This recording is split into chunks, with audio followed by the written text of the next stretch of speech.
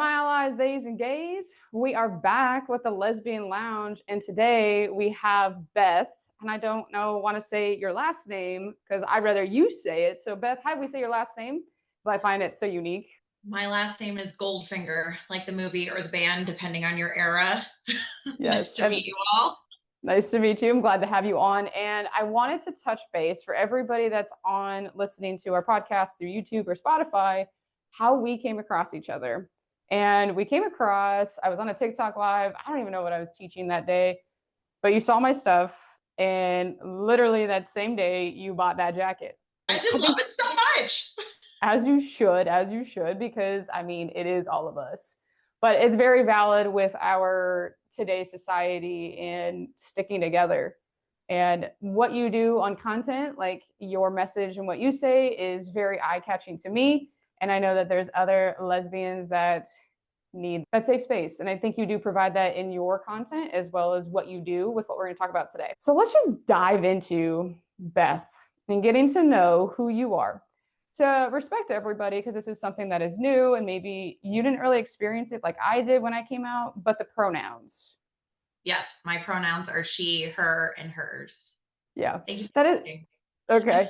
That is one thing that when that came about, I was like, wait, what's happening? We're adding more. And I think that's where sometimes the confusion comes for our straight people. They're like, what's happening? But again, we want to respect everybody and asking those questions. Absolutely. When did you come out? When did I come out? I'm old now, ripe old age of 43. And I Uh, came out when I was 24. So it's been a minute. Yeah, I thought I was late in life, as a lot of people are talking about, but I guess apparently I was much younger and just ready for the world early on. I love that you say you're old, but you're not. But also, the late in life lesbian thing is a real thing, right? Yeah. And I made a post about that on TikTok, and a lot of us don't know how to show up, how to be our authentic selves, how to live this life if we are a mom. And your family has known you as the person that is straight, right? So, what was the hardest part for you when you came out, if there was anything that you experienced? Yeah. It's hard to even say that there was a hard part. I just tend to be, and I think that this makes me a little bit different, but I just tend to be more confident in the decisions that I make or the Yeah. conclusions I come to.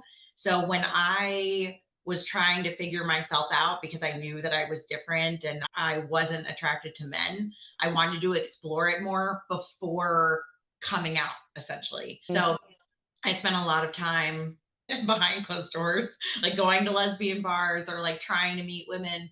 And then finally, when I came out, I was so confident in that decision, regardless of what anybody said. I was like, I don't care. So Yeah. I don't really feel like I had the hardest time because I just didn't care by the time it came around. But my Right. parents were really supportive. Mhm. So, unlike a lot of people, I was really lucky. Yeah, and I really hate that. We talk about this every time we get somebody that talks about their coming out story.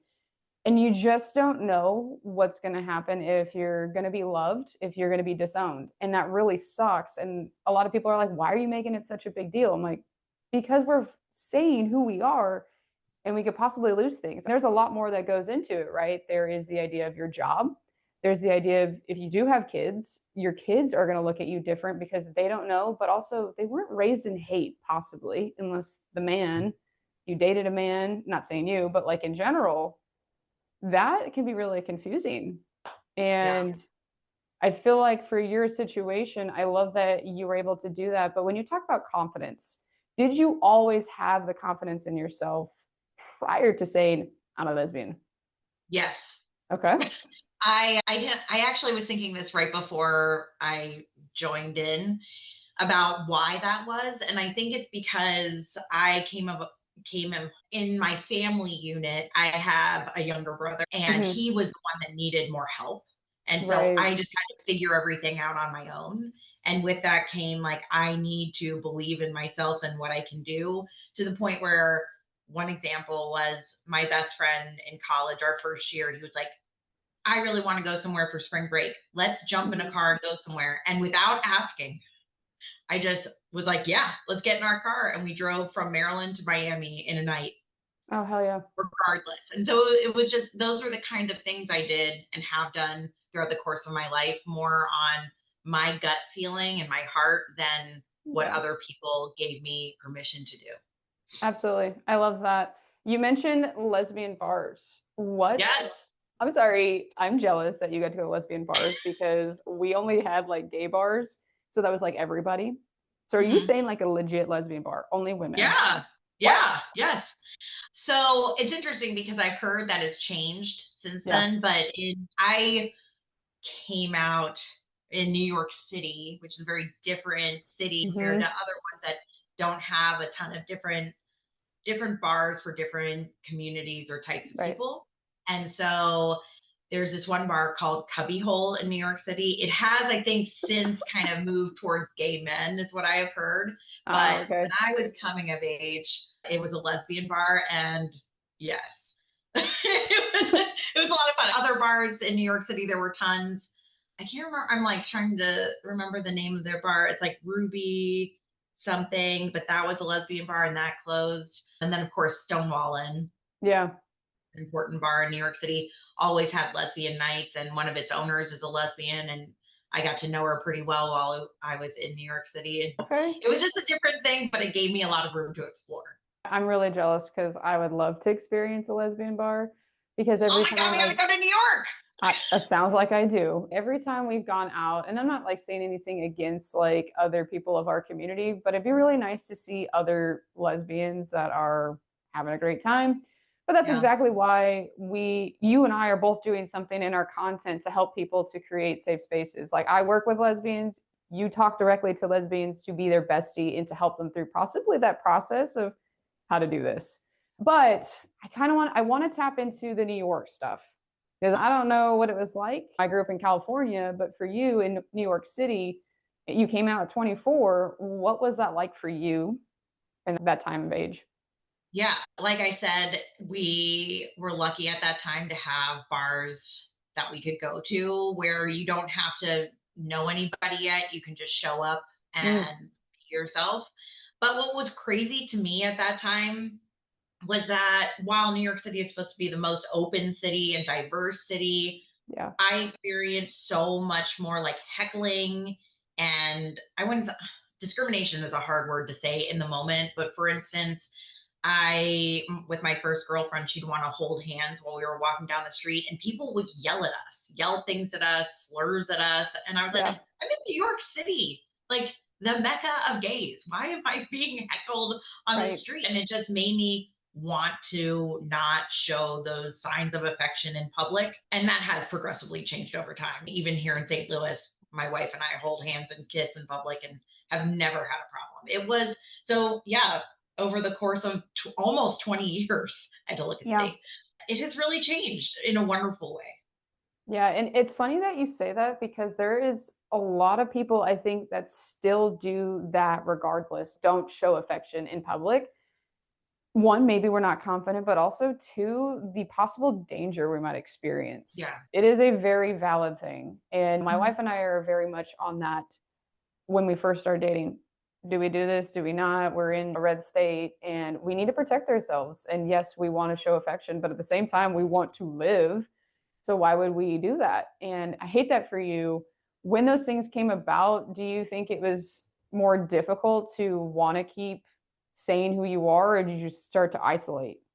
That's a good question. I not like with my interpersonal relationships with my friends or anything. It didn't make me want to question the decision I made to come out or who I was with, but it was more of a safety issue to Yeah. your point. And that is something that I reiterate too in posts that I put up on TikTok, primarily to people who are just coming out. It's like, yes, you should embrace all of this excitement, but at the Yeah. same time, if this would hurt your livelihood or the safety of your body or the way you get food, whatever the case may be, take priority in that. Yeah. And that was something that I had to do at that time because it's not worth anything like losing your And life. it's not fair that we have to live in fear because it's Yeah. not like it's getting any better right now in some areas. I have some clients that I think of and they're like, I have to constantly look over my shoulder. And that's a reason why I love gay bars. I never, Yeah. and I'm not saying that none of that would happen, But I never have to look over my shoulder and think some fucking asshole is going to come over and break a bottle over my head Yeah. because of me kissing my wife or me having my hand on her or something like that, because there's that person. And unfortunately, we always have to be on alert and looking out for each other. And then there's some people that just fly the seat of their pants. I'm like, please be aware, because you just never know, Yeah. especially when you're out in areas that you've never been. Like I went to Florida and I was like, do I need to not wear this on my chest when I'm in the Yeah. airport? It's those things that we shouldn't even have to think about, but we do. And it's really Hmm. unfortunate. Absolutely. When you talked about your confidence, and it sounds like you've really taken on your own, helping out your brother, and I can relate to that in a sense as well. I just feel like that always helped me, but it also made people think I was a badass or a hard ass, but internally I was struggling. Was there any point in time when you were taking care of others that you experienced that with the confidence, or you just were very confident in you and loved you? Because I did not. Oh man. Loaded question. Seriously, that is a hard hitting question. Gosh, seriously, I think that I've always taken care of people. And to Mm, that end, maybe it's because I always felt like I had my own level of confidence that I could handle what they yeah, were dealing with. right. And even to this day, there was something that happened to me last week where I had someone come to me and divulge a lot and a lot of emotional trauma and information. And I thought about it all weekend. Yeah, And you just have to continue to have that strength because it's important to be there for people you care about. But yeah, I think that is because I have always had this confidence in myself and made other people a priority to take care of them. yeah. Yeah. Yeah, and I do think that is for a lot of people, not just queer people, but when you are in a Yeah. household where you have to help somebody, that also goes into adulthood. And when that happens, we can let it become a thing where our cup is no longer filled and we're exhausted Yes. and we become very disconnected. And that's Yes. why we talk about that stuff of pay attention and be aware of why. And that's why I wanted to Mhm. ask you that question, because I relate to you on what you're saying there. It's hard, but that's why you also need to take care of you and not let someone's stuff carry so heavy. But no, hey, I am here for you, but I'm also going to do X, Y, and Z as well and not feel bad. I just to speak to that, I have been dealing with this a lot in therapy, specifically from a my family perspective. Mm, And I had given so much and been in not a particularly wonderful situation with them that I yeah, have set up boundaries because my cup has not been full. And like I know that it's taking such a toll on me. And what a difference it makes when you do realize that you have to set a line to how much yeah, you can give, even to people that are the closest to you. yes. So I'm 100% in that. I love what you said. Boundaries. Those are fucking hard. And again, no one has taught us how to do that, right? We're taught to be, yes, compliant and do what we're told. But when do we get to take care of ourselves? When do we get to Mm-hmm. promise ourselves the things that we need to do to fill our cup? And I hope that people that listen to this message of set the boundary and know your worth, because you're Mm-hmm. allowed to be exactly who you are. One, two, you need to protect your energy and that Of it's okay. course. Yeah, Yeah. Yeah. it's hard, but that's why we talk about these things on the lesbian lounge. Getting deep. We I love all we do. Since I started really taking care of myself and understanding and how to love myself, yeah, there's a reason why some people that come across my coaching program, I'm like, yeah, you don't really want to get aware of you today. And that's okay. That is literally okay. Yeah. Yeah. It's really diving deep in yourself to want to do anything where you're like, oh, I might be giving too much of myself away, or oh, I'm Yes. waiting for permission from others to actually be happy. Or Yes. one thing that made me think of is the fact that like you and I are both women, like presenting. And so, because of that, and also what we grew up with about the role of women and taking care of people, I absolutely think that's part of it, that you're so much more willing to give more of yourself in these situations. Yeah. So, one of the things I've been working on is not focusing on what I should do, because Mm-hmm. I so often say, I should do this. I should be there for them. I should allow them to come over. I should pick up their phone call. Yeah. And Like, why do I have to be led by should? Yep. I don't have to do anything, especially if it compromises who I am and my mental health. I think there's like that slight guilt, right? Going back Yes. to something when we were a kid, everything goes back to childhood and this, I need to help, I need to help. You cannot pour from an empty cup. You can't. You have to set a boundary and again move forward with that. And there's some people that will say that they need the help, but they'll never actually do. That's the hardest thing too. When you give so much and you're like, what the heck? I was here the whole time. I was here and now you just gave me the finger. Yeah. But Yeah. ah. Now let's look at, you are actually in the same state as me, but let's take it back. How did we get to Missouri? So walk me through, because you're originally from Maryland. Yes. Yeah. I still laugh at the fact that I'm in Missouri. Like, how in the world did I get here? Yeah. I'm from Maryland, born and raised, and I went to the University of Maryland for undergrad. At one point, I thought I was going to be there for my life, and I was like, absolutely not, especially with being a gay person. Not saying that Maryland itself isn't open, liberal leaning, but it just Right. wasn't a place to do that exploration that I Yeah. really needed. And so I ended up moving to New York City for law school, lived Okay. there, came out there, and then ultimately 9 years after living there, my job at the time moved me from New York City to Seattle, Washington, Mm, where it's like the home of the gays. And that was actually the first time where my wife and we walked into a restaurant holding hands mm. and no one even blinched. I And I love was like, that. whoa, like this is an incredible place, to the point where we got married there. We bought our first home there. We had our first kid there. Okay. Seattle was a really welcoming place. And then again, a job offer to me took us from Seattle, Washington to St. Louis, Missouri, where I Okay. told literally everyone that I just didn't want someone to burn my house down. That's like my perception of what St. Louis was, and like the welcoming that we would get as a two-mom family.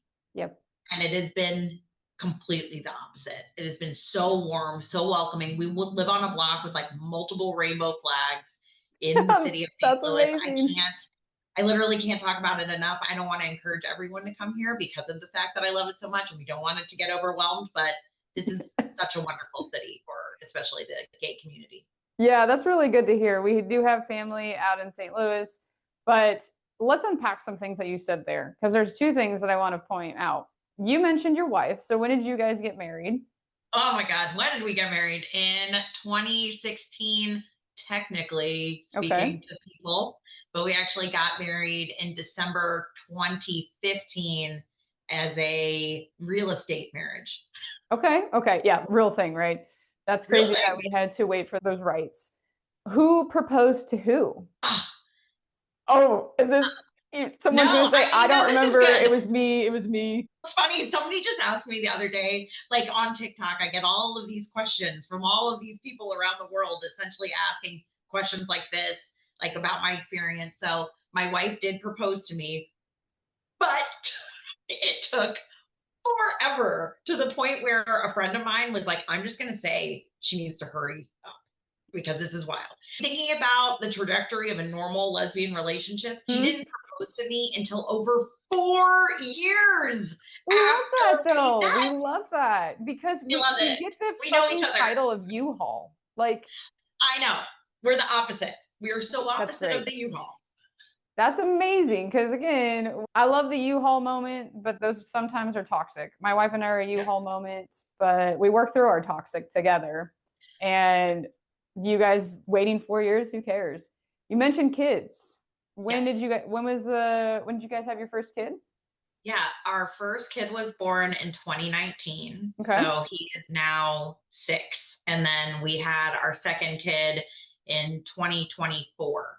Okay. So he is turning 2 on Wednesday, which is just like very Yeah, exciting. that's wild. I couldn't imagine having a 2-year-old. I already have enough with my fur babies, so I couldn't So, imagine children talking back. Love that you're a mom. I do have to ask because I think that people assume that lesbians can't have babies for mm, whatever fucking reason. My father-in-law when Holly had said she was a lesbian and we were dating, he was like, how are we going to have kids? Or how are you going to have kids? What? There's so many things. So if you feel comfortable, like what was that process like? How did you guys go about it? Yeah. The one thing I would tell him is, it's the 21st century. Anything is possible. Yeah. So we obviously, there are so many different ways to become a parent. I wanted to have kids myself. And so we ended up getting vials, specimens from Seattle Sperm Bank. Okay. And we had our first kid through IUIs and then our second kid via IVF. And luckily enough, the sperm bank has sibling vials Okay. for parents or families where they have one kid that resulted in a live birth. And Right. so our two sons are fully genetically related, which is wonderful. So I had them both myself. That's really cool. We were looking at that and the whole process of it. And this is not easy, right? And I think you to decide how you guys want to go about it and having these conversations. I love that they are genetically both intertwined. That's really neat. I've never heard that. But that's why we ask these questions because so many people are like, yeah, it's not possible. It is. It is. But here's the other thing that might be the most frustrating for you. How do you feel when people see you in public and you are a mom and your wife is there, but they don't see her as the spouse? They're like, oh, where's the husband at? How do you feel about that? How do you navigate that? Literally my day to day. It's every single, I need to wear this off. I need to wear this more often. Just be like, I need a hey, big sticker that says lesbian. I thought about it. I've thought about wearing a hat that says gay all the way or something like that. Yes. It's hard. It sucks because ultimately the assumption is that you're with someone of the opposite gender than you. Mm-hmm. And that's just not the case. And so I always have to reassert my coming out, which some people are like, oh, it's fun because like you fall under the radar, which in some respects is a privilege to fly under the radar where you don't get called out and discriminated against. But yeah, it's tough. It happened the other night. We were out at dinner and someone said, oh, do you want, or the waitress at the time was like, oh, do you want me to split the check? I'm like, what? Yeah, we get the opposite of that every time. Yeah, most of the time now it's like together. Yes. I know. Literally never. Except for Yeah, people who I don't know what it is. Maybe because good now for you. yeah, it's not for not everybody has that experience. It's no together, please. But yeah, I mean, just imagine this. It's me and my wife and our two kids sitting at the table where we're like clearly parenting together. And yes. still the question, do you need separate checks? Are you fucking kidding? Oh. Yes. Yeah, no, that I would absolutely hate that. And I hated it. Here's my take. And I can't even be on your level, but when we go to the doctor's office, because my wife had a lot of stuff in the beginning, and there was a scenario that she had, and they asked her 4 to 5 times, are you pregnant? And she just kept looking at them and she's like, no. She's, I need to ask again. She's no. And she's, are you sure? I'm sorry. Mm-hmm. She already said no. Why do we got to keep asking? Because they're assuming that she's cheated or what? We have wedding rings. We have told you we are together, but we still have to ask multiple times. No, you don't. No, you don't. Mm-hmm. And it's frustrating. So I got to tell you, it's really funny that in the state of Missouri, they are required to confirm it. How many times though? Like a lot. I've had to, it is insane how many times I've been given a pregnancy test for medical procedures here in the state where it's like, there's literally no way I could be pregnant. Like it is impossible. And they're like, we have to confirm it. So yeah, I 100% understand that. But I have to tell you this story because you just triggered it in my brain. So I got pregnant with our second kid and we went to a local hospital here to the OB office to have my first appointment. And they gave us the intake form and the intake form said, what's your name and what's the father's name? Oh God. So on the intake form, I crossed out father and put spouse just because that was whatever. So go about my business, have the appointment or whatever.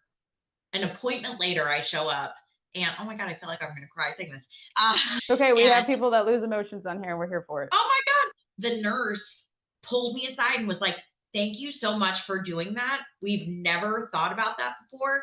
We have corrected our intake forms to now say spouse.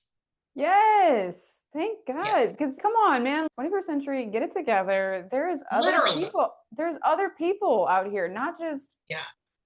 the spouse or the man, the husband. Come on. We want to feel Exactly. included. And that's where it's really frustrating that people have been taken out of the community. It's bullshit. Yeah. It's Yeah. bullshit. And that's where I do think we question our worth. Do I actually Yes. belong? Or you take it another layer in these women that are late in life lesbians. You think that you can't Oh, because you've been told by society, but also family, that this is how you have to live. Sorry, no. You don't have to be miserable, and you don't have to be with a man who's treating you like shit. also that. Also that. I actually saw a TikTok last night that just rubbed me the wrong way. I Mm, was about to write to her to just be like, please don't put this out there. She was talking about her coming out, which is fine. Obviously, everybody's perspective is yeah, different, but there's nothing positive about coming out. There's nothing good that comes from it. Like people have said mean things about me or whatever. I was like, girl, we got to change our perspective here. It's like, you got to change your mindset, or you need to get yes. surrounded around the right people. I'm like, it's amazing that you're going to be coming out and being able to be who you are and align with the people in your life and feel truly like yourself publicly and Yes. openly.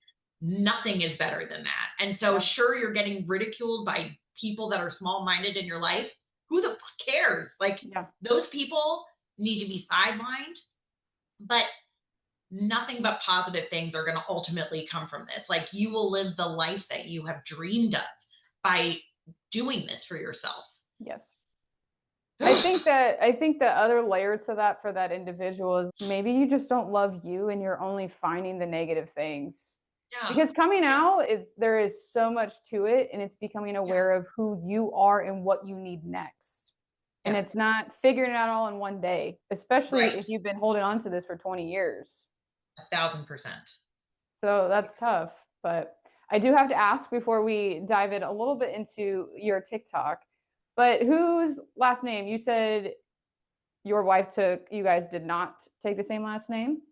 No, Why is that? I am so mad at her because she would have loved, or she should have rather, loved my last name. But she didn't want to take my last name, and I'm an attorney, and it's very hard to change my Mm, last name because I'm barred in a state, and yeah. it's, yeah, the paperwork is just purposefully annoying. And so we Mm. just kept our own last names, and we decided that for our kiddos, because they got my amazing genetics, they could have her last name. So they have Yeah. her last name, and I'm the standalone Goldfinger all by myself. That's okay. And that probably brings more questions for people like, what? Especially Right. like in the school system. They're like, okay, who's who? We'll worry about that when that happens. Yes. Yes, But exactly. Yeah. And I think for me, the most important thing, and I know we haven't talked about this yet, but the second parent adoption aspect of it, which is a whole other fun topic. But I thought, especially with them having her last name, I can always prove genetics, but yeah, at least them having the same last name as her, maybe people won't question it if they're with her and I'm yeah. not present.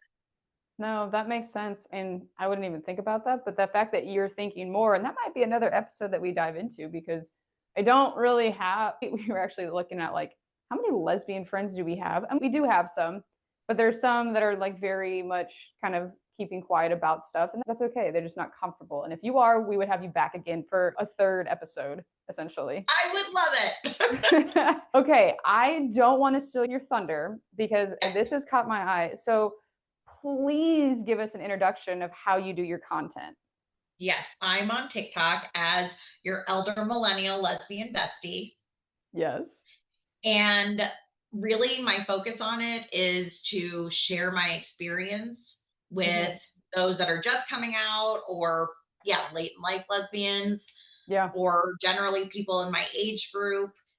And I hope that people feel seen and recognized through what I post on TikTok. I've gotten so many wonderful comments and messages behind the scenes of I'm people sure. saying how much they love it, which is just so nice and moving. So, yes, Yeah. that's me. We love that. I every time I see it, I'm like, oh, there's Beth. And then I'll listen a little bit longer and I'm like, okay, I got it. Yes. Or it hits me directly. But I think again, the greatest thing about TikTok is like how we met, but being able to niche down so much compared to Instagram. My Instagram is where I get a lot of hate for if I'm bashing men essentially, where I'm calling them out for their shit. They don't like it. But TikTok, I find the people that I'm able to genuinely help. Or I did have a message this last week where she was so rude to me. And I was like, I am just here to help, like, genuinely want to No. help people. That's why I go on TikTok live twice a day, if not once. Not a bot, but that's the problem with TikTok. You have to be showcasing all the things. But that's a whole nother rabbit hole that I deal with when I'm sending direct messages because I do everything myself. Yeah, But yeah, yeah. when you are making this content, are people directly more so commenting or messaging you or both? Both. And I feel like I've become, I mean, there are multiple versions of me, I think, in terms of what I do for people when they see my Yeah. content. So, first is like Dear Beth content, where they are writing to me like, I am married to a man. I've recently come out to him and I don't know what to do. And they are looking to me for Guidance. guidance. And Yeah. ultimately, because I'm of sound mind and also don't think that highly of myself, I'm like, you need a trained therapist or someone safe that's with you that you can share this with who knows you better than a rando on the internet. But Yeah. I will always share my experience to help others. And then what's been really cool is Beth, the matchmaker, because these ladies are meeting each other in my comments. And oh, I'm from Michigan too. Oh, where are you? Oh, DM. I was like, if Cupid somebody right meets, there. The if lesbian somebody meets in Cupid. my comments, I'm gonna be so happy. That's great. That's great. Yeah. It is really hard to find somebody that is not toxic, somebody of the community. I think we have all the different layers of types of lesbians, and we talk about them on our group calls that we have Monday, Wednesday night. And I'm just like, I would not know what to do in the dating world. And I'm so glad I met my Uh, wife because fuck all that. But do you guys? We love that you're a little safe space for them, but also you saying, hey, I can't genuinely help you. But I think it does say a lot about who you are and what you've provided to them. thank you. I'm just, I think about like other people that I've been able to talk to. There's a reason why I feel more safe with somebody else because they've valued and made me feel seen. And you're doing that in your content. So keep being the bestie that you are. Thank you. Now, I will try. you should. The thing that we wanted to talk about, because you are a queer owned business, and I think this is amazing. So, what is your business and how did this come about? Oh yeah. So thank you for asking.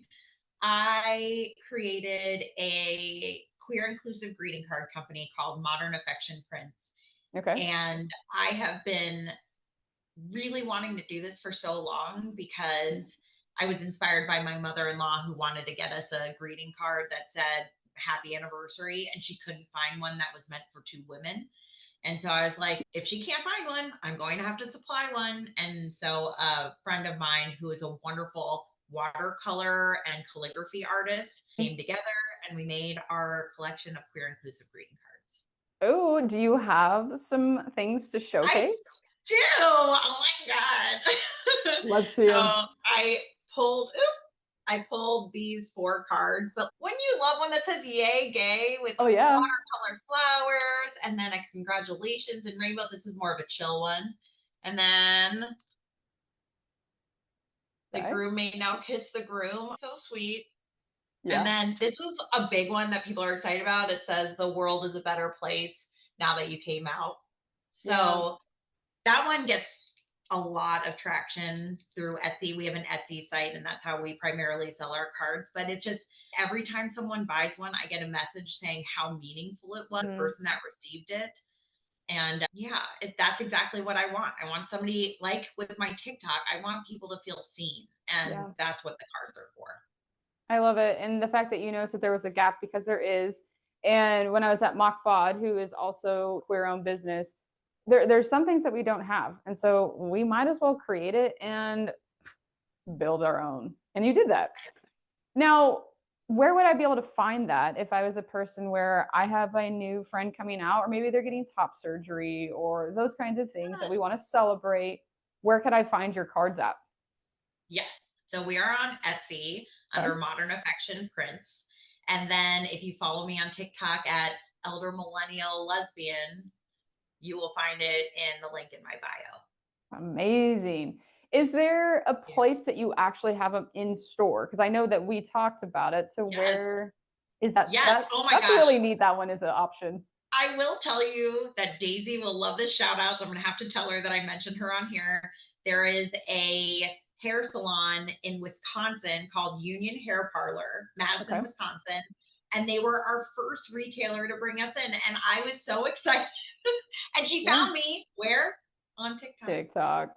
Yeah.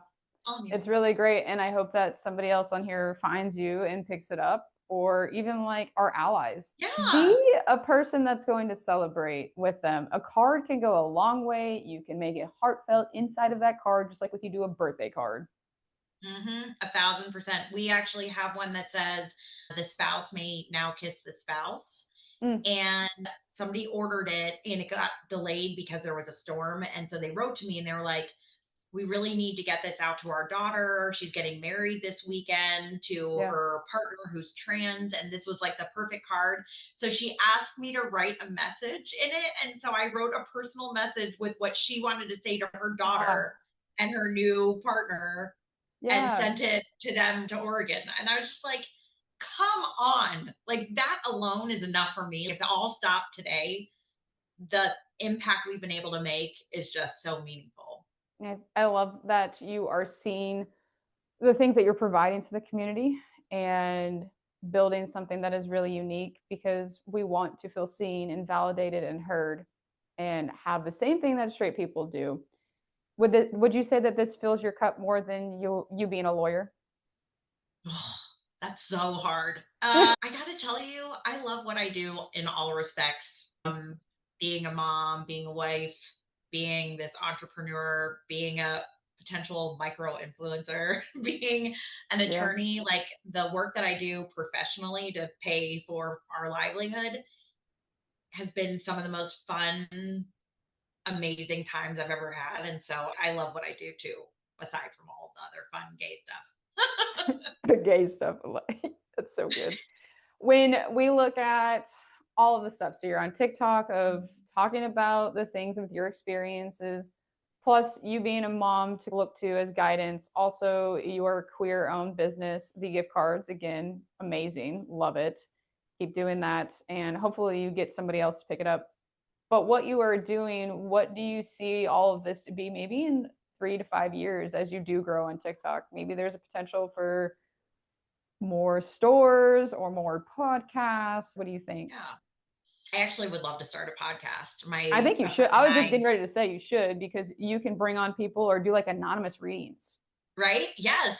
My friend and I have been talking about it a lot, so I think that's on the trajectory. I think for our greeting cards, I see that there's no limit to the future of them. My hope would be to be a part of Minted. So maybe if I speak it into existence You or manifest that manifest shit. it, because Minted, so I'm not that this is a positive, but maybe this will be like a step in the right direction. Minted supplies greeting cards for Target. Okay. They have some steps to take. This would be a nice one. Yes, they do. Yes, they And do.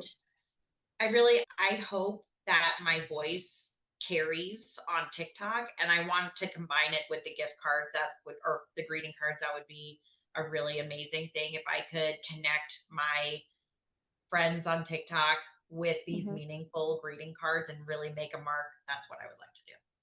I really like that. I think that your voice is traveling, and you probably say that with your followers and your comments. And we need more of that on our page, like on our TikToks and our feed. We need that way more than the other shit that can send us down a rabbit hole in a negative spiral.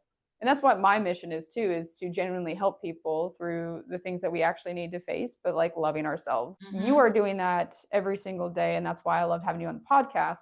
But I do have to ask you one question, maybe 1 to 2 questions about this. What would be some advice to somebody that is coming out if you were in your 20s or your 30s, like looking Mhm. back on your journey?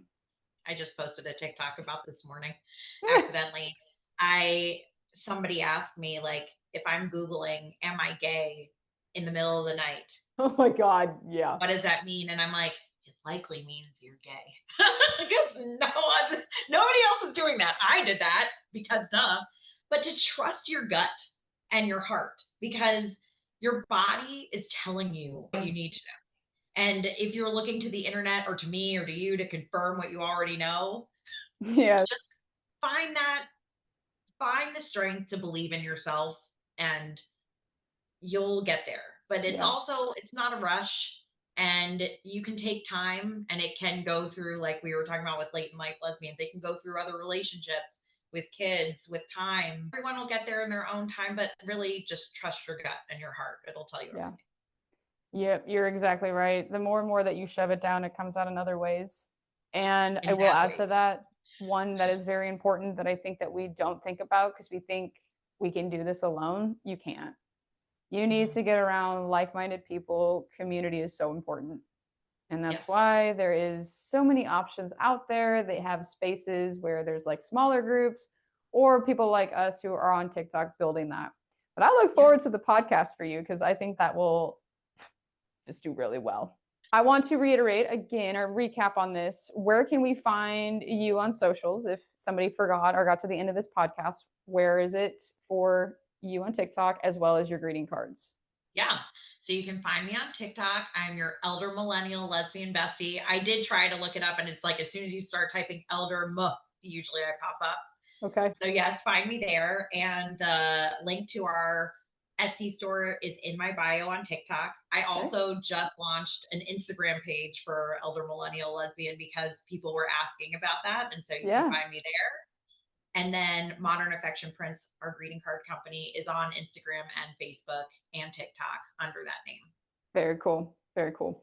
We will be having Beth back on the podcast, and that will be in June, which is Yes. Pride Month. We all love a good old gay old time. So we're going to tap into more of the history aspect of it. And I think your insight with how you've been involved in some other communities is going to bring a whole nother layer and to educate people, not only our queer community, but our allies. We do have allies that listen. So we look forward to that episode in June. And as always, we always like to tell people make sure you subscribe, follow the Lesbian Lounge, YouTube and Spotify. And as always, pull up a seat and let's grow together. Love it. Thank you for having me.